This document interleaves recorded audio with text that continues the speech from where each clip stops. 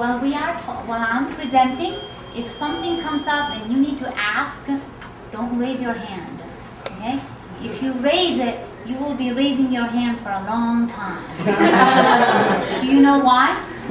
Yes. Why? Tell me, you said yes. Oh, wait, you blocked the light, and you don't know that who's raising their hand. Okay. Yeah, that's a good point. If you're in the blind school over across the street. Okay, great, thank you. Anyone else? Why would you be raising your hand for a long time if you don't speak up? You couldn't see it. Yeah, that's right. Thank you. And absolutely, it's perfectly okay to say, you know, Buna, you can't see or you are blind. It's perfectly fine. As you see, I have this white cane. That means I'm blind. I walk, I travel with this cane because you can, you know, when you are walking up and down the street or in the hallway, you can see what's in front of you. But if I drop this cane and try to walk, probably I look like a clown. Because I will be running into things, I will bump into poles, and that won't be fun because I will get hurt.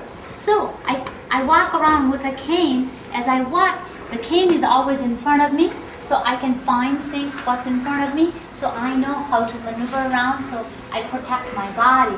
And also this cane gives me freedom and independence. That's why if you have a question, you know something, if you raise your hand, don't raise it, okay? Let it rest.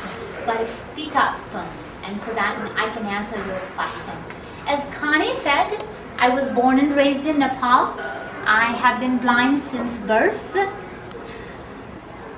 I came to the United States 17 years ago. Last Friday, September 14th, was exactly 17 years.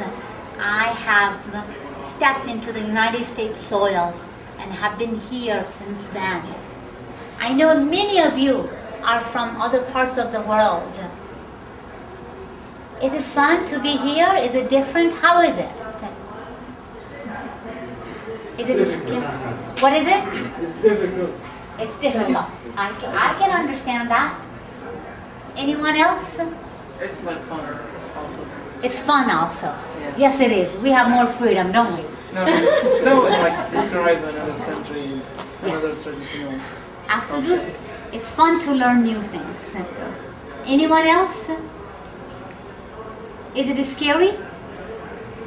A little bit. Little bit. Exactly. You know, I can totally understand what all of you are saying because I was in your shoes. Even though I have lived in this country for 17 years, that doesn't mean I know everything. I am learning something new about this culture, about the country every single day because life is all about learning. But when we first come here and learning the language, learning the culture, it can be very scary. It can be difficult. At the same time, it can be fun too. Let me tell you, when I came to this country 17 years ago, I did not know much English at all. All of you speak English well. I'm impressed. And I was at the Overbrook School for the Blind, an international program. I was learning English language, ESL. I'm sure all of you are familiar with that. Yes? Yes. And remember, don't shake your head. If you do, I won't know. So speak up.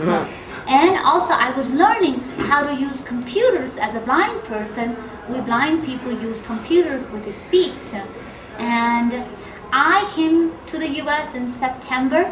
Part of my program, we also had to participate in a swimming course. You know what?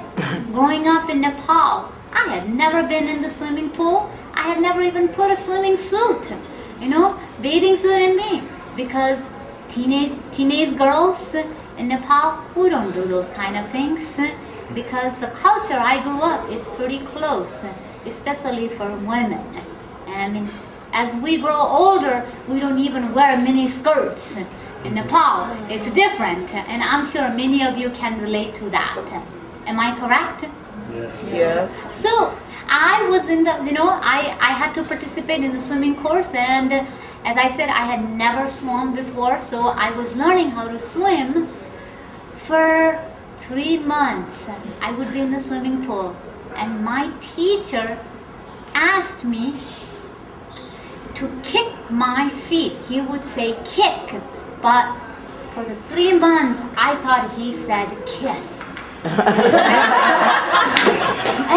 I would stand on the edge of the pool and not act upon his request. I would just stood there and then not do anything and would wonder, why is he asking me kiss? And it was right after Thanksgiving. Many of you know Thanksgiving? Yes. Yes. Thanksgiving, we all have that Thursday, Friday, Saturday, Sunday off. And Saturday morning, I woke up and I realized, oh my God, my teacher meant to kick my feet but not to kiss. And I said, thank you, God. I didn't act what I thought he said. I felt so relieved. That's the first time I felt like at least I am learning the language. And I'm sure many of you have that kind of experiences, or maybe a little bit different. But when that light, hits you in your mind, in your heart, you understand something and say, aha, I got it. Is that right? Yeah.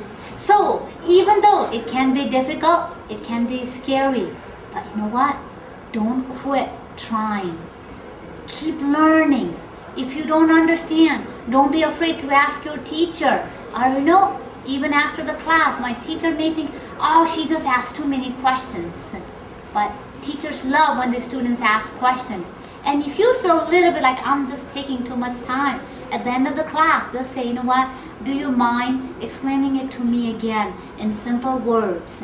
And I know, I was a teacher and I'm still a teacher. When the students come to me and say, can you explain it to me again?